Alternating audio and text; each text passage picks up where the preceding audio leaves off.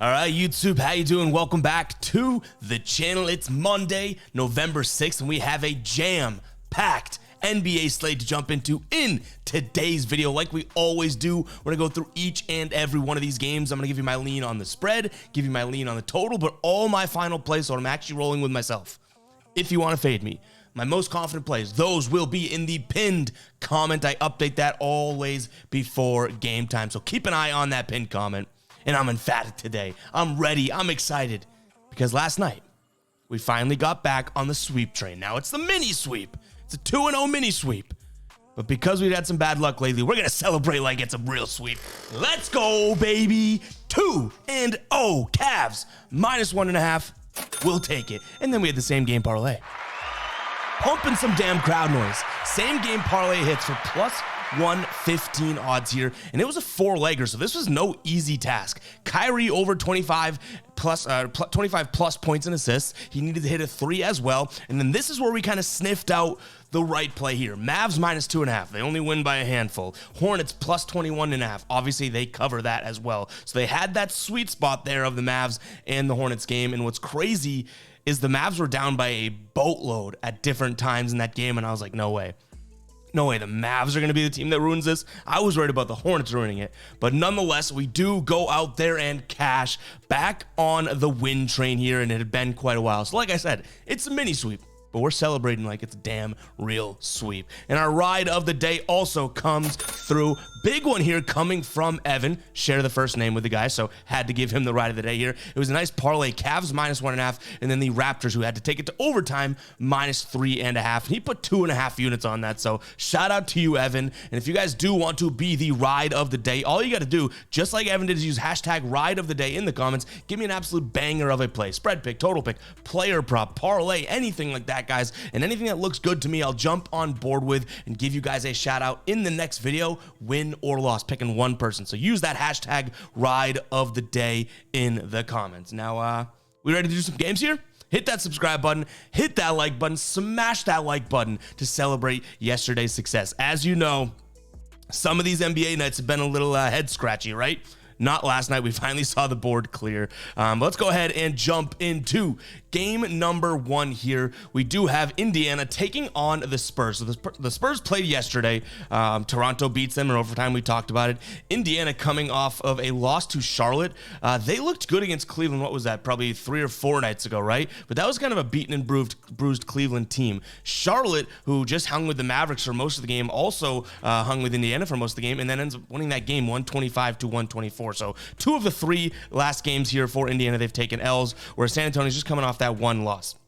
In terms of where I see these two teams, I do see them as similar type squads, not necessarily personnel-wise, but lack of defense, but, you know, has a chance to go off and score a decent amount of points any night. Like the Spurs, though it took overtime, still scored 115 plus 116 against a Raptors team that has a pretty damn good defense. And defensive ranks here, the Spurs, their defense 27th in terms of points allowed here. So the 3rd most or 4th most points allowed, and the Pacers allowing the 2nd most. So 238 is a super high total, but I think my immediate lean in this one is going to sadly be towards the over, because I think this could be, you know, a 120 to 115 game at minimum, and that is already 3 points away from the total. So I'm going to lean towards the total being over here, just because there is such a lack of defense. I could see this one getting into the 240, to be completely honest. In terms of who I like winning this game, Indiana is such heavy favorites, and I don't mind them in that spot. I don't think that I end up pulling the trigger in terms of a final play. I'd much rather the over, but if we have some sort of a same game parlay involved in here,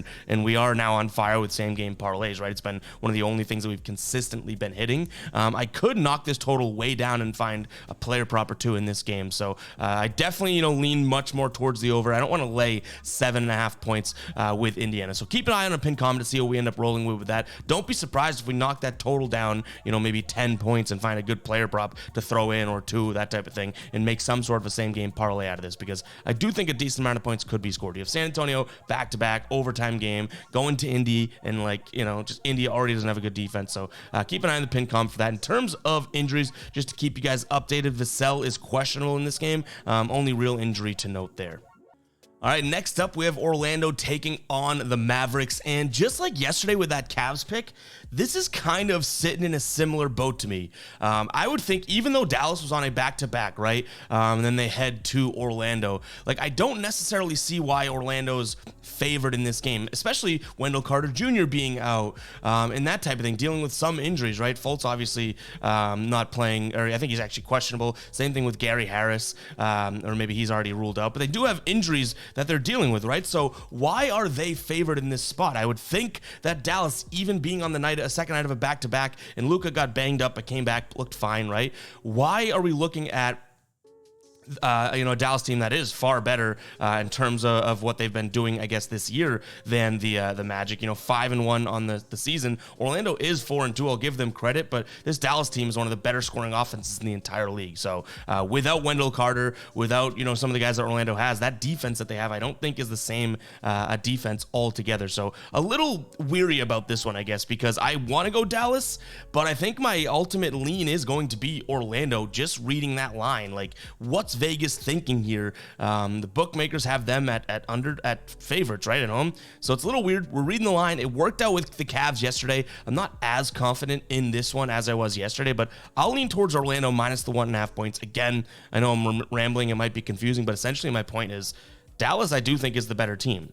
Vegas is either just valuing the defense, which I think is a little bit more shaky without Wendell Carter Jr. there, or they know that Orlando has some sort of an edge in this spot, and they do and run simulations tenfold anything that we do, right? So give me Orlando minus 1.5 points. In terms of the total, man, running this through the simulator and the model, this thing is all over the place in terms of, simulation distribution. So I don't have much of a total prediction for this game. I think if I were to give it like an average here, I'd probably say that this game sits right around the 221 mark. So slightest of leans towards the under. And again, that's kind of correlated to the idea that I think I like Orlando in the spot based on the odds, which Orlando's way more of a defensive team than the Mavericks. So if they can slow down the pace, we're looking at a slight under spot.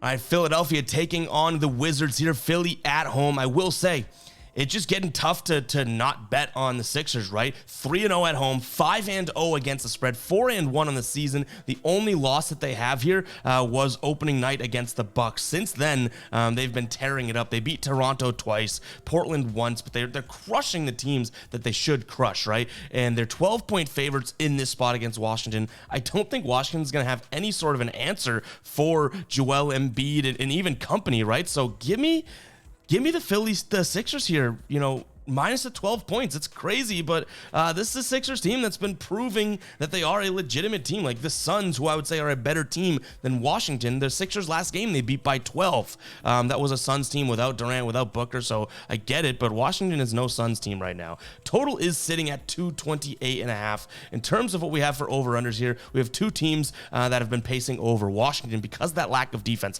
out of 5 games, they've hit 4 overs here. Philly, 3 overs out of their 5 games as well, which it's so weird because in my brain now, it's just my brain. I always think of the Sixers because Joel Embiid, they play a little bit slower and whatnot. Not really though. Like that was more of, I would say, a James Harden-esque type of a thing, right? Than it was I guess you could say, than it was a Joel Embiid, because Joel Embiid has been moving. I'm not saying that they're the highest of pace teams out there, but definitely scoring a decent amount of points and everything. So I like the over 228 as well.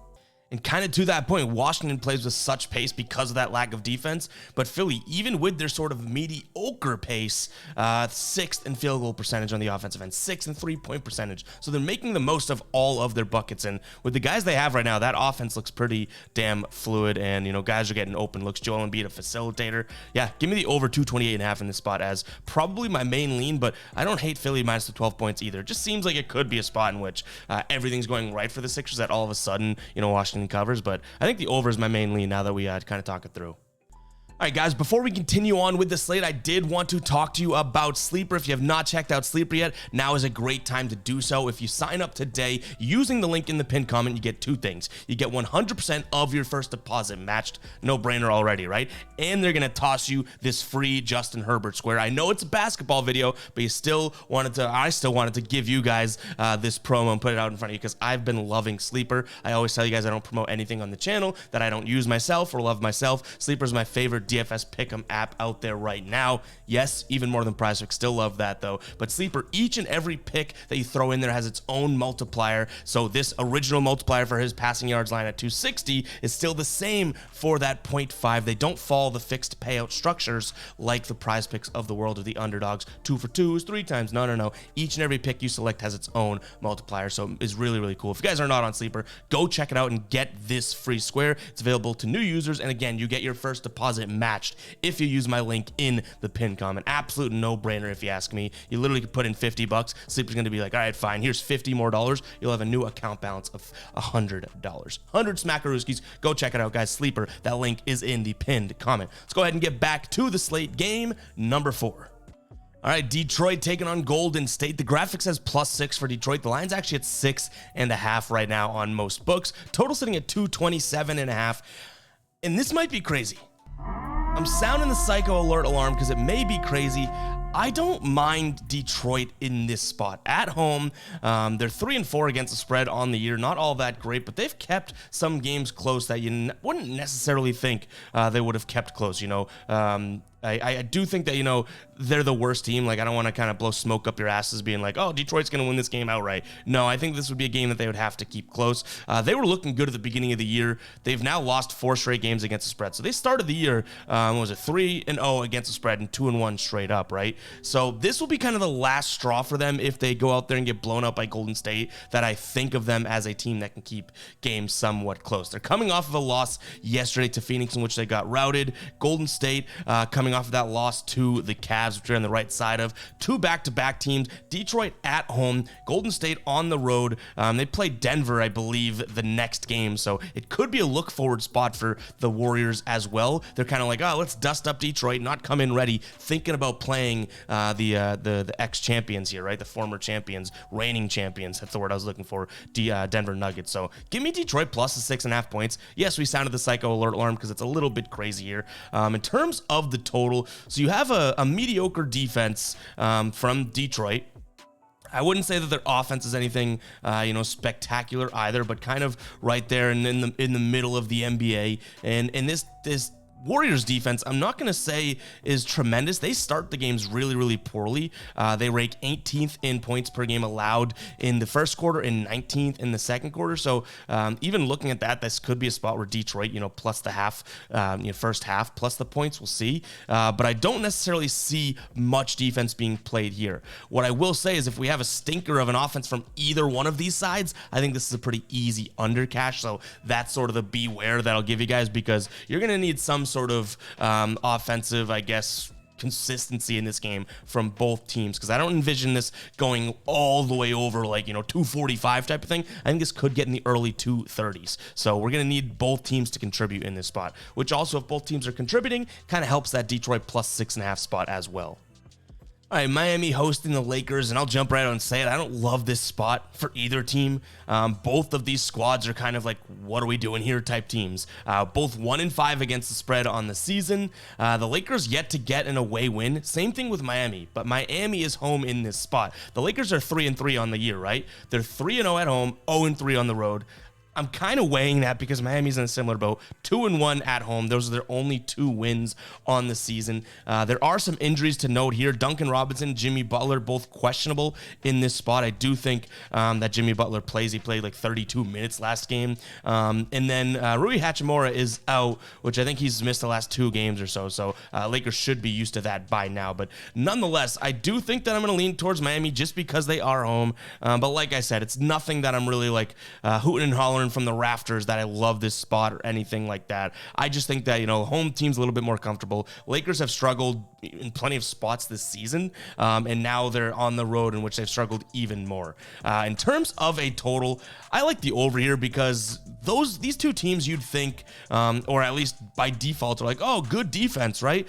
Right now, the Miami Heat averaging just under league average at 112 points per game. The league average is 112.6 as of this morning, right? And then you have the Lakers offense or defense that's allowing about 4 points over that. So you have two defenses that are allowing either league average or more in this spot. If you add those up, you're looking at 227.5 or so. The total right now is at 222.5. So I'll lean towards the over. But again, you can probably tell in my voice that I don't really love either spot. And these are two very inconsistent, what are we doing type teams. Speaking of my voice, well, we'll tie this into the comment, number of the day here. First off, drop the emoji and also comment 15 if you made it this far into the video. But I've gotten like 10 comments in the last week or week and a half of why you have auto-tune on your videos. I do not have auto-tune on my, I don't know what's going on here. We do have a really professional mic setup and everything, but damn, no auto-tune. If you think my voice is that annoying, it's just what it is. I want to make like auto-tune happen, but I don't have it. I wish I could be, auto-tuned up in this. That'd make the video kind of cool in my opinion, but I do not have auto-tune. Wanted to make that very, very clear for you guys. Let's go ahead and move on to the next game. Knicks taking on the Clippers here. This Knicks team is confusing me. 2-4 on the year, 2-2 against the spread. They've cashed 1 over out of their 6 games, so 5 unders. This Clippers team, obviously a good team. It may be too public of a pick. Like I'm a little questionable here in terms of what I'm rolling with, but I can't imagine the Knicks being at the level of what the Clippers are at as of right now. This is a pretty good Clippers team. The losses that they've had have been kind of like, okay, well, you just got beat. Utah beats them, kind of a bad loss, right? The Lakers beat them, kind of a bad loss. I do think the Clippers are a better team than the Knicks in this spot.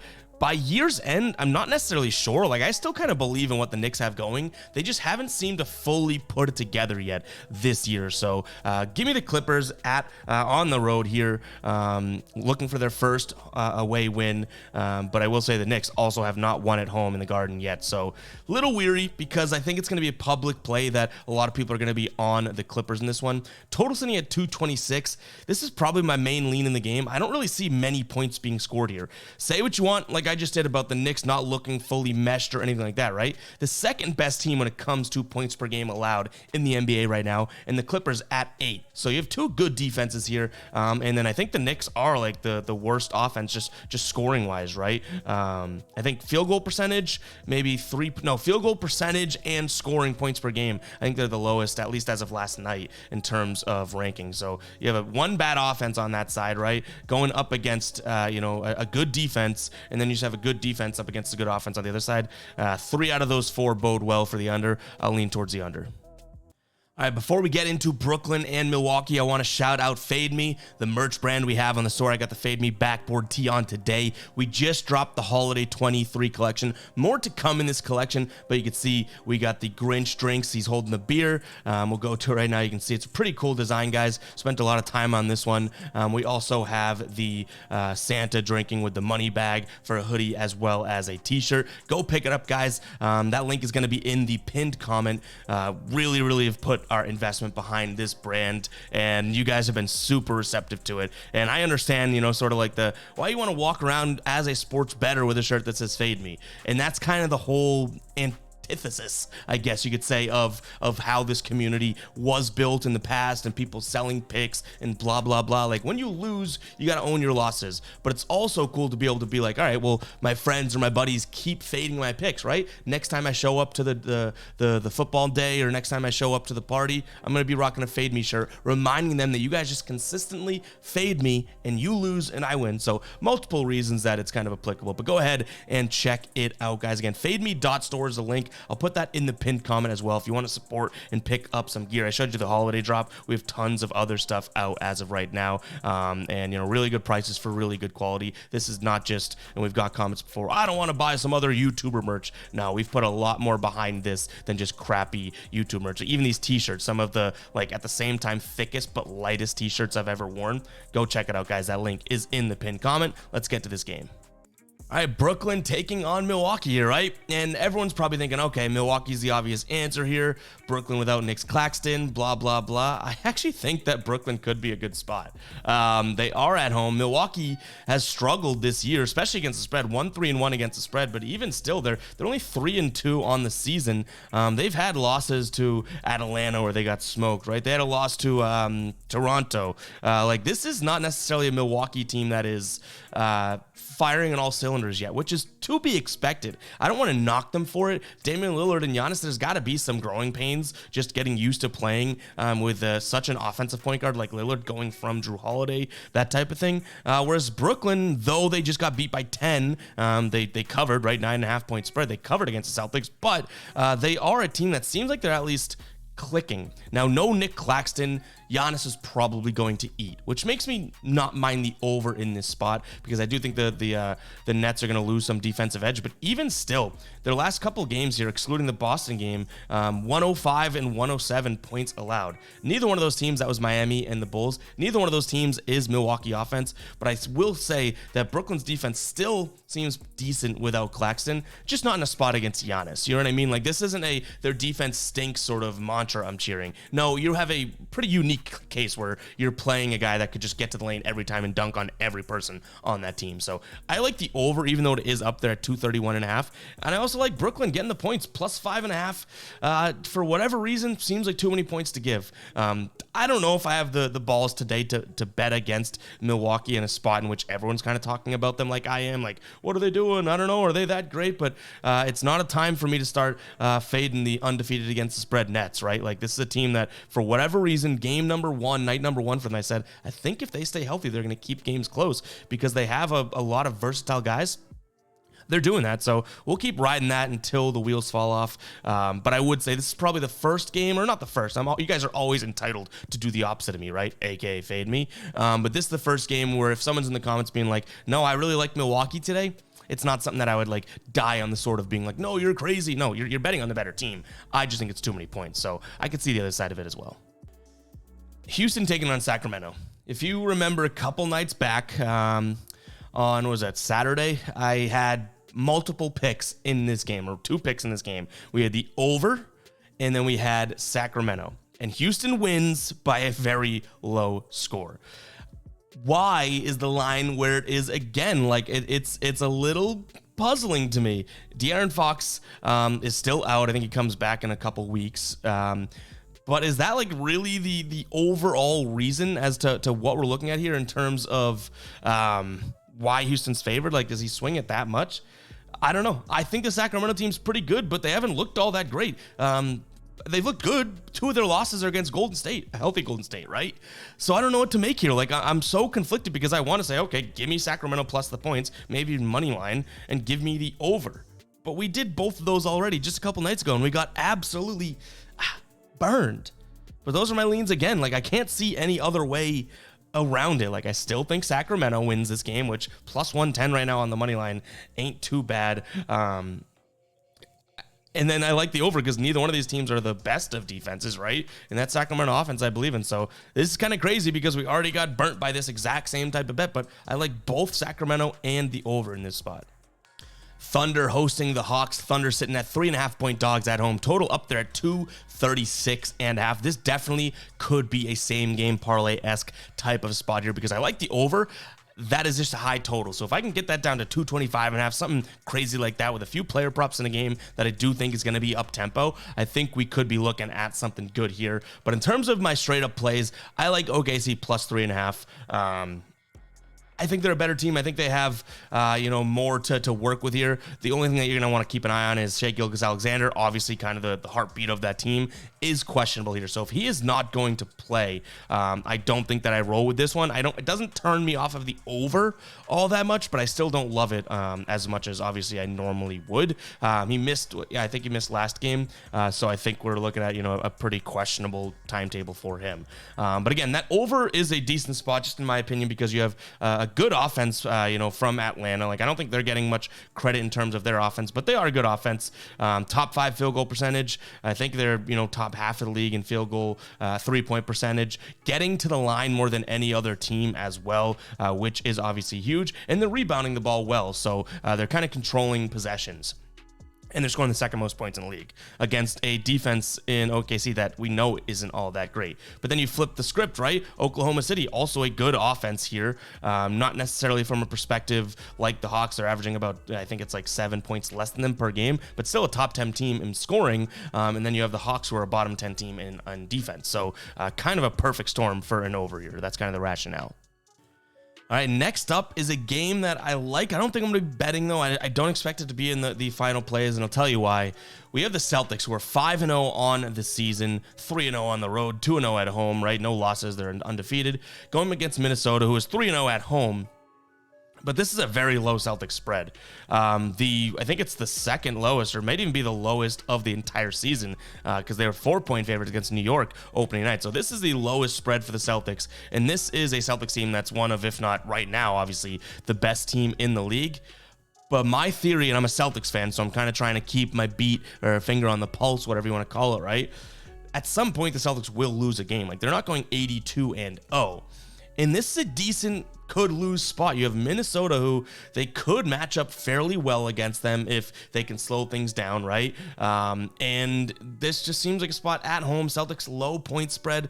Wouldn't surprise me if Minnesota wins this one outright. So I'm sticking away from this one, but the analyst in me is like, why are you putting that narrative out there? Like, this is a Celtics team that is, like I said, if not the best team in the league, one of the best teams in the league right now. -3.5 just seems like if you took that spread with the Celtics year round, they'd win more than they lose, right? So if it's a long con or a long type game that we're looking at here, I do still think Celtics are the play, but it just skeeves me out a little bit. It seems like it could be a slight trap. Even if the Celtics win, like, I wouldn't be surprised if it's by 2 points or something ridiculous like that, right? So I'll stick away from this spread. In terms of the total, I really don't mind, just based on the way these two teams have been playing, I don't mind looking at the under. But again, it's sort of like this could be a game in which we see weird things happen. So I hate to kind of cop out in this, and I hate to cop out talking about a team that I probably know better than most, right? But I don't have much of a play in this spot. I mean, again, I think the Celtics -3.5 would be the lean, but I could see them losing, which is nuts.